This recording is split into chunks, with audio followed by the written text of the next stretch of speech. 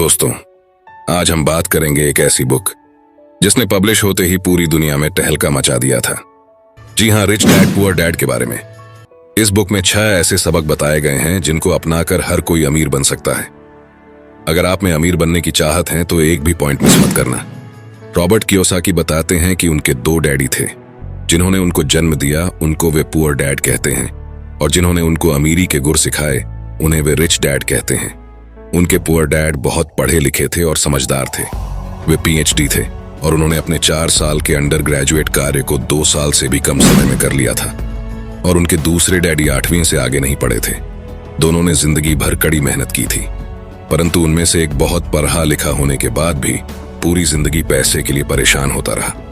इतना पढ़ा लिखा होने के बावजूद भी वो अपने पीछे कर्ज छोड़कर मरा, जबकि दूसरा सिर्फ 8वीं तक पढ़ने के बावजूद अमेरिका के हवाई राज्य के सबसे अमीर व्यक्तियों में से एक बन गया, और मरने पर उसके परिवार को, चर्च को और जरूरतमंदों को करोड़ों डॉलर की दौलत देकर गया। ऐसा क्यों हुआ होगा? क्योंकि दोनों डैडियों की पैसे के बारे में सोच अलग अलग थी। वो कैसे? चलो देखते हैं। पढ़े लिखे डैडी कहते थे पैसे का मोह ही सभी बुराइयों की जड़ है, जबकि दूसरे डैडी कहा करते थे पैसे की कमी ही सभी बुराइयों की जड़ है। एक डैडी को यह कहने की आदत थी, मैं इसे नहीं खरीद सकता। दूसरे डैडी इन शब्दों के इस्तेमाल से चिढ़ते थे। वे जोर देकर कहा करते थे कि मुझे इसके बजाय यह कहना चाहिए, मैं इसे कैसे खरीद सकता हूं। पहला वाक्य नकारात्मक है और दूसरा प्रश्नवाचक। एक में बात खत्म हो जाती है और दूसरे में आप सोचने के लिए मजबूर हो जाते हैं। जब हम कहते हैं मैं इसे नहीं खरीद सकता, तो हमारा दिमाग काम करना बंद कर देता है। इसके बजाय जब हम ये सवाल पूछते हैं मैं इसे कैसे खरीद सकता हूं, तो हमारा दिमाग काम करने लगता है। मेरे दोनों डैडियों की विचारधारा में जमीन आसमान का अंतर था। एक डैडी सिखाते थे मेहनत से पढ़ो ताकि तुम्हें किसी अच्छी कंपनी में नौकरी मिल जाए, जबकि दूसरे डैडी की सीख ये थी मेहनत से पढ़ो ताकि तुम्हें किसी अच्छी कंपनी को खरीदने का मौका मिल जाए। एक डैडी कहते थे मैं इसलिए अमीर नहीं हूं क्योंकि मुझे बाल बच्चों को पालना पड़ता है। दूसरे डैडी कहते थे मुझे इसलिए अमीर बनना है क्योंकि मुझे बाल बच्चों को पालना है। एक डैडी डिनर की टेबल पर पैसे और बिजनेस के बारे में बात करने के लिए हमेशा प्रोत्साहित करते थे। दूसरे डैडी भोजन करते समय पैसे की बातें करने के लिए मना करते थे। एक का कहना था जहां पैसे का सवाल हो सुरक्षित कदम उठाओ, खतरा मत उठाओ। दूसरे का कहना था खतरों का सामना करना सीखो। एक का मानना था हमारा घर ही हमारा सबसे बड़ा निवेश और हमारी सबसे बड़ी संपत्ति है। दूसरे का मानना था मेरा घर मेरा दायित्व है, और अगर आपका घर आपकी नजर में आपका सबसे बड़ा निवेश है तो आप गलत हैं। दोनों ही अपने बिल समय पर चुकाते थे, परंतु उनमें से एक सबसे पहले अपने बिल चुकाता था, जबकि दूसरा सबसे आखिर में। एक डैडी ने मुझे बताया कि अच्छी नौकरी तलाशने के लिए अच्छा सा बायोडाटा कैसे लिखा जाए, जबकि दूसरे ने मुझे यह सिखाया कि कैसे मजबूत व्यावसायिक और वित्तीय योजनाएं लिखी जाए जिससे मैं नौकरियां दे सकूं। बचपन में ही मैं ये समझ गया था कि हमें अपने विचारों पर ध्यान देना चाहिए। मैंने देखा कि मेरे गरीब डैडी इसलिए गरीब नहीं थे क्योंकि वे कम कमाते थे, बल्कि इसलिए गरीब थे क्योंकि उनके विचार और काम गरीबों की तरह थे। अमीर डैडी के साथ में जब रॉबर्ट की शिक्षा शुरू हुई तब वे केवल 9 साल के थे। रिच डैड ने उनको 30 सालों तक कुल 6 महत्वपूर्ण सबक सिखाए, और यह पुस्तक उन्हीं 6 महत्वपूर्ण सबकों के बारे में है। और अब मैं आपको वही 6 महत्वपूर्ण सबक बताऊंगा जिनकी बदौलत रॉबर्ट के डैडी अमीर बन गए और रॉबर्ट भी। तो इन 6 पॉइंट्स को ध्यान से सुनना और एक भी पॉइंट मिस मत करना। सबक नंबर 1, अमीर लोग पैसे के लिए काम नहीं करते, बल्कि पैसा उनके लिए काम करता है। गरीब और मध्य वर्गीय लोग पैसे के लिए काम करते हैं, अमीरों के लिए पैसा काम करता है। जी हाँ, आपने बिल्कुल सही सुना। कोई भी अमीर इंसान पैसों के लिए काम नहीं करता, बल्कि वो कुछ ऐसा करते हैं कि पैसा ही उनके लिए काम करने लगता है। एक गरीब और मिडिल क्लास आदमी रैट रेस में फंस जाता है और उसमें से कभी बाहर नहीं आ पाता। अब रैट रेस होता क्या है, पहले हमें यही समझना पड़ेगा। रॉबर्ट कहते हैं कि जब भी किसी गरीब आदमी को या किसी मिडिल क्लास आदमी को नौकरी मिलती है तो वो तुरंत अगले महीने से ही अपने लिए कुछ नई चीज खरीदने के लिए बेताब हो जाता है। वह अपने लिए महंगी महंगी ऐशो आराम की चीजें खरीद लेता है। महंगे कपड़े, महंगे जूते, महंगा फोन, महंगा लैपटॉप और बढ़िया सी कार। और फिर शुरू हो जाता है EMI का ट्रैप। ऐसे EMI जो सालों साल तक देने पड़ते हैं, जिससे वह बाहर कभी नहीं निकल पाता। उसे हर महीने अपने EMI देने होते हैं।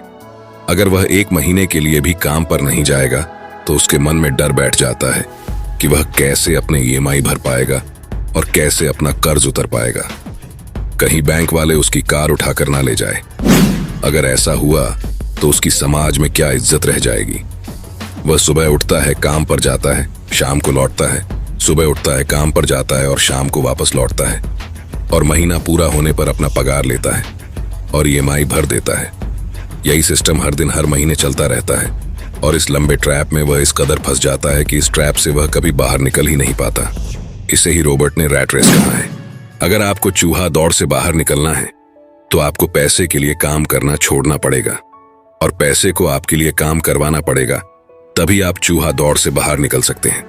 अमीर इंसान पैसों के लिए काम नहीं करता, बल्कि वो कुछ ऐसा करता है कि पैसा ही उनके लिए काम करने लगता है। लेकिन कैसे, वो अब आने वाले कुछ पॉइंट्स में देखेंगे।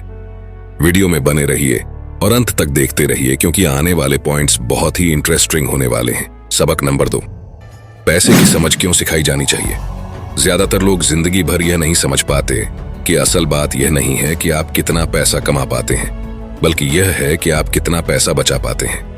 आपने लॉटरी जीतने वाले उन गरीब लोगों की कहानियां सुनी होगी जो अचानक अमीर बन जाते हैं, पर कुछ समय बाद वे फिर से गरीब हो जाते हैं। ये लोग लाखों करोड़ों जीतते हैं, फिर भी वे लौटकर वहीं आ जाते हैं जहां से उन्होंने शुरू की थी। आपने उन व्यावसायिक एथलीट्स की कहानियां भी पढ़ी होंगी जो 24 साल की उम्र में हर साल करोड़ों डॉलर कमाते हैं और 34 साल की उम्र में उन्हें पुल के नीचे सोना पड़ता है। इसका क्या कारण है? इसका एक ही कारण है कि उनके अंदर पैसे की समझ ही नहीं थी। लंबे समय में यह महत्वपूर्ण नहीं है कि आपने कितना पैसा कमाया, बल्कि महत्वपूर्ण यह है कि आपने कितना पैसा बचाया और आपने कितनी पीढ़ियों तक उस पैसे को सहेजा। मेरे अमीर डैडी ने मुझसे बचपन में कहा था, अगर तुम अमीर बनना चाहते हो तो तुम्हारे पास पैसे की समझ होनी चाहिए।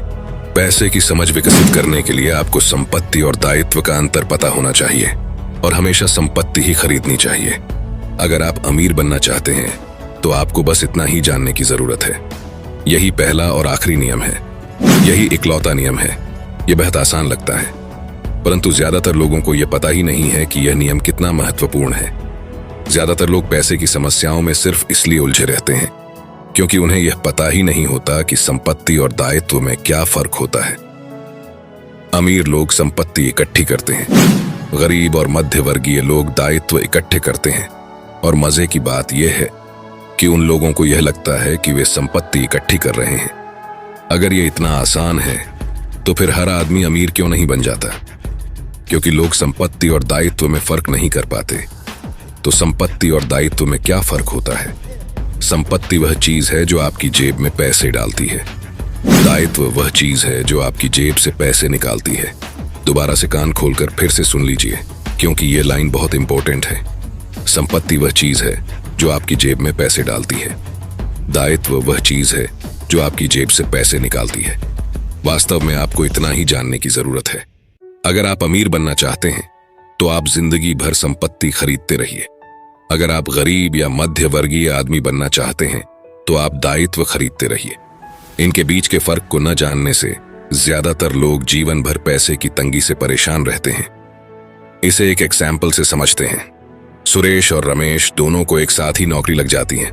कुछ समय बाद दोनों 10-10 लाख रुपयों की इन्वेस्टमेंट करते हैं। सुरेश अपने लिए 10 लाख की कार खरीदता है क्योंकि उसे ऐशे आराम की जिंदगी जीना पसंद है, और रमेश 10 लाख की जमीन खरीदता है। शुरुआत में सुरेश बहुत खुश होता है कि वह कार में घूम रहा है और रमेश आज भी बस में धक्के खा रहा है।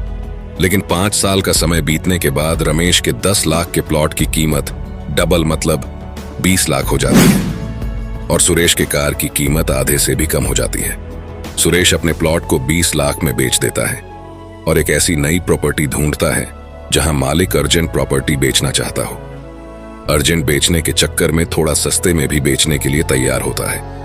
रमेश को 25 लाख की प्रॉपर्टी 20 लाख में ही मिल जाती है। रमेश वह प्रॉपर्टी खरीद लेता है, फिर से 5 साल तक अपने पास रखता है। 5 सालों के बाद वही प्रॉपर्टी को 50 लाख में बेच देता है। अब वह फिर से ऐसे मालिक की तलाश करता है जो अर्जेंसी में अपनी प्रॉपर्टी बेचना चाहता है। वह फिर से ऐसे मालिक को ढूंढने में कामयाब रहता है और 60 लाख की प्रॉपर्टी को 50 लाख में ही खरीद लेता है और फिर से 5 साल तक इंतजार करता है।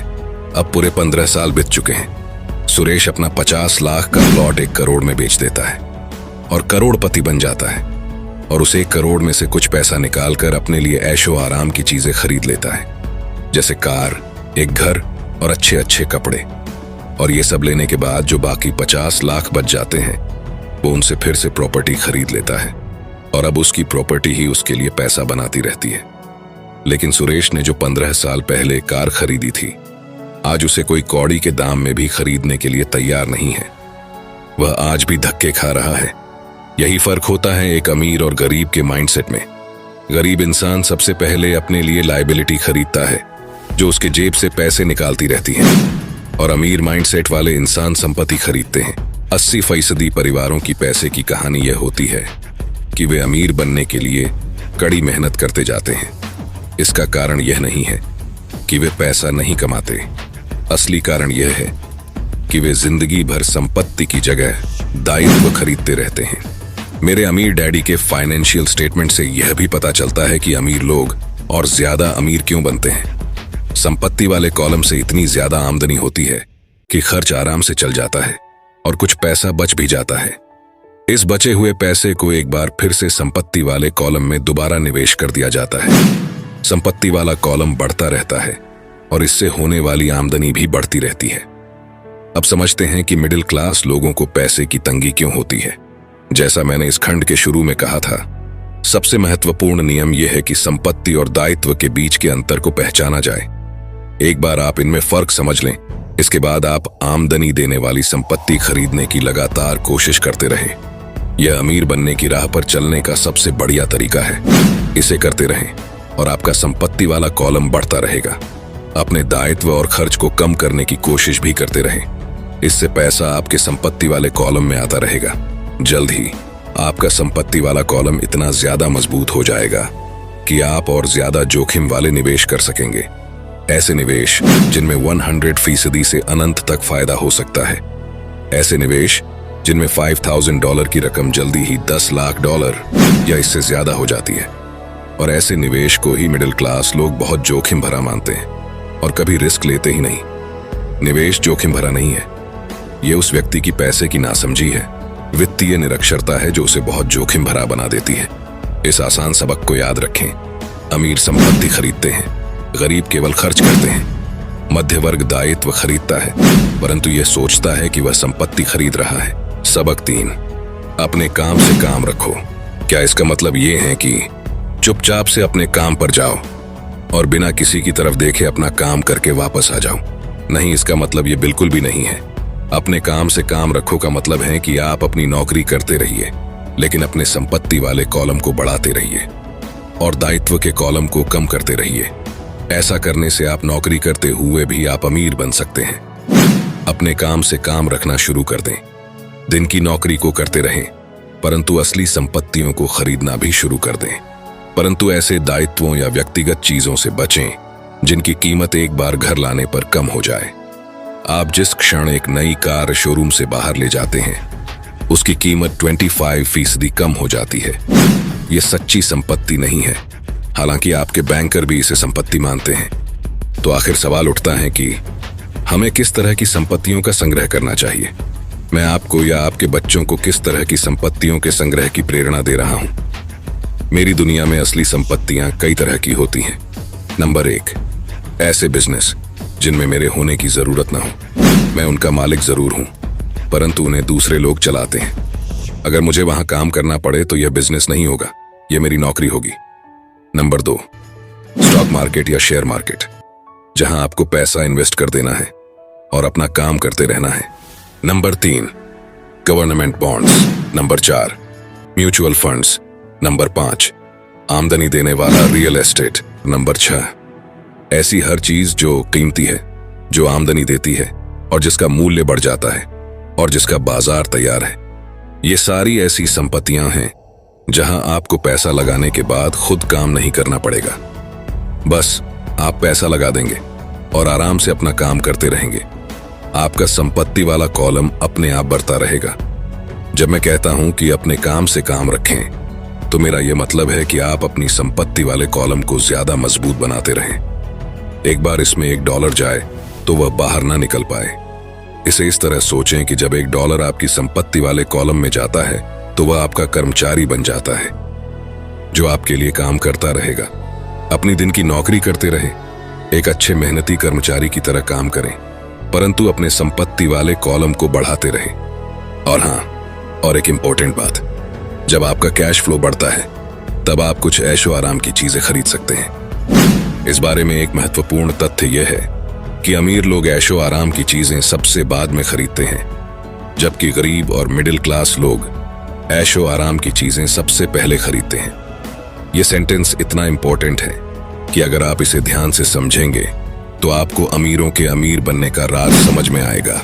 आप चाहे तो इसे बैक जाकर दोबारा सुन सकते हैं। सबक नंबर 4, टैक्स का इतिहास और कॉर्पोरेशंस की ताकत। इस पॉइंट में रॉबर्ट बताते हैं कि इतनी मेहनत से कमाए हुए पैसे पर गवर्नमेंट को इतनी आसानी से टैक्स के रूप में पैसा लेने मत दीजिए। कानून के दायरे में ही रहकर हमें वो सारे तरीके आजमाने चाहिए जिससे हमारा करोड़ों रुपए का टैक्स बच जाए। सच्चाई तो यह है कि अमीरों पर टैक्स लगता ही नहीं है। गरीबों की भलाई के लिए जो पैसा लगता है वह मध्य वर्ग से आता है, खासकर शिक्षित और ऊंची आमदनी वाले मध्य वर्ग से। एक बार हमें हमारे लिए काम करने वाले पैसे की ताकत का ज्ञान हो जाए, फिर हमें पैसे के लिहाज से स्मार्ट हो जाना चाहिए और हमें डराने वाले लोगों से निपटने के रास्ते ढूंढ लेने चाहिए। इसके लिए आपके पास कानून की समझ होनी चाहिए और इस बात की भी कि सिस्टम कैसे काम करता है। अगर आप अज्ञानी हैं तो आपको आसानी से डराया जा सकता है। अगर आप जानते हैं कि आप क्या बात कर रहे हैं तो आपके पास बचने का मौका होता है। इसीलिए अमीर डैडी स्मार्ट टैक्स अकाउंटेंट्स और वकीलों को इतना ज्यादा वेतन देते थे। वकीलों को वेतन देना सरकार को टैक्स देने से सस्ता था। अगर आप अभी तक इस वीडियो में बने हुए हैं तो इसका मतलब है कि आप अमीर बनकर ही रहेंगे। अभी और 2 इंपॉर्टेंट सबक डिस्कस होने वाले हैं, आगे देखते रहिए। सबक नंबर 5, अमीर लोग पैसे का आविष्कार करते हैं। अमीर लोग आखिर पैसा बनाते कैसे हैं, ये बात अभी हम समझने वाले हैं। ध्यान से समझना। हमारा एक स्टॉक पोर्टफोलियो भी है जिसे मैं और मेरी पत्नी हमारा पर्सनल म्यूचुअल फंड कहते हैं। हम ज्यादा जोखिम वाली प्राइवेट कंपनियों के शेयर खरीदते हैं जो अमेरिका या कनाडा में स्टॉक एक्सचेंज पर सार्वजनिक होने जा रही हैं। कितनी तेजी से धन बढ़ता है इसका उदाहरण इस तरह देखें। हमने कंपनी के सार्वजनिक होने से पहले 25 सेंट प्रति शेयर की दर पर 1 लाख शेयर खरीदे। 6 महीने बाद जब कंपनी शेयर बाजार में दर्ज हो गई तो उसके शेयर का भाव $2 प्रति शेयर हो गया। अगर कंपनी का प्रबंधन अच्छा है तो कीमतें बढ़ती रहेंगी और स्टॉक $20 प्रति शेयर या इससे भी ज्यादा होगा। ऐसे भी कई वर्ष रहे हैं जब हमारे $25,000 1 साल से भी कम समय में $10 लाख बन गए हैं। यह जुआ नहीं है अगर आप जानते हैं कि आप क्या कर रहे हैं। यह जुआ तब होता है अगर आप सौदे में अपना पैसा फेंक रहे हैं और भगवान से सफल होने की दुआ कर रहे हैं। आपको अपने तकनीकी ज्ञान, बुद्धि और खेल के प्रति प्रेम की जरूरत होगी ताकि जोखिम कम से कम रहे। याद रखिए, महान अवसरों को आपकी आंखें नहीं देख सकती, उन्हें आपके दिमाग से देखा जा सकता है। सबक नंबर 6, सीखने के लिए काम करें, पैसे के लिए काम न करें। जब मैं अपनी कक्षा से पूछता हूं आप में से कितने मैकडॉनल्ड से अच्छा हैमबर्गर बना लेते हैं तो लगभग सभी विद्यार्थी अपने हाथ खड़े कर देते हैं। मैं फिर पूछता हूं अगर आप में से ज्यादातर बेहतर हैमबर्गर बना लेते हैं तो ऐसा क्यों होता है कि मैकडॉनल्ड आपसे ज्यादा पैसा बना लेता है? जवाब साफ है, मैकडॉनल्ड बिजनेस सिस्टम में आपसे अच्छा है। ज्यादातर प्रतिभाशाली लोग सिर्फ इसलिए गरीब होते हैं क्योंकि वे अपना सारा ध्यान बेहतर हैमबर्गर बनाने में लगाते हैं और बिजनेस सिस्टम के बारे में कुछ नहीं जानते। दुनिया प्रतिभा संपन्न गरीब लोगों से भरी पड़ी है। अक्सर वे या तो गरीब हैं या फिर पैसे की समस्या से जूझ रहे हैं या अपनी क्षमताओं से कम पैसा कमा रहे हैं और इसका जिम्मेदार उनके ज्ञान का विषय नहीं है बल्कि उनका अज्ञान है। वे एक बेहतर हैमबर्गर बनाने की दक्षता को पैना करने में ही लगे रहते हैं और हैमबर्गर को बेचने और उसे घर तक पहुंचाने की दक्षता पर बिल्कुल भी ध्यान नहीं देते हैं। शायद मैकडॉनल्ड सबसे अच्छे हैमबर्गर नहीं बनाता है, परंतु वे एक मूलभूत रूप से औसत हैमबर्गर को बेचने और उसे घर तक पहुंचाने में सर्वश्रेष्ठ है। इस पॉइंट को अच्छे से समझना जरूरी है। अगर समझ में ना आए तो दोबारा सुन लेना। मैं युवा लोगों को यही सलाह दूंगा कि नौकरी खोजते समय वे इस बात पर कम ध्यान दे कि वे कितना कमा रहे हैं, लेकिन इस बात पर ज्यादा ध्यान दे कि वे कितना सीख रहे हैं। रास्ते पर आगे की तरफ देखकर यह तय करे कि किसी खास प्रोफेशन को चुनने के पहले और चूहा दौड़ में फंसने से पहले वे किन योग्यताओं में पारंगत होना चाहते हैं। जिंदगी बहुत हद तक जिम जाने की ही तरह है। इसमें सबसे दर्द भरा हिस्सा वहां जाने का फैसला लेना है। एक बार आप यह फैसला कर लेते हैं तो बाकी सब आसान हो जाता है। ऐसे कई दिन आए हैं जब मैं जिम जाने के नाम से कांप जाता हूं, परंतु एक बार मैं वहां पहुंच जाता हूं और काम शुरू कर देता हूं तो मुझे इसमें मजा आने लगता है। जब मैं वहां से निकलता हूं तो मुझे हमेशा खुशी होती है कि मैं वहां गया था। तो दोस्तों, ये थे वो 6 सबक जो रिच डैड ने रॉबर्ट कियोसाकी को सिखाए थे और जिनकी बदौलत वे अमेरिका हवाई राज्य के सबसे अमीर आदमी बन गए थे। लेकिन अंत में मैं आपको एक बोनस पॉइंट बताने जा रहा हूं जिसको समझे बगैर आप इस किताब को और अमीरी के राज को अच्छे से समझ नहीं पाओगे। तो ध्यान से सुनना। 3 तरह के इनकम। अकाउंटिंग की दुनिया में 3 अलग अलग प्रकार के इनकम होते हैं।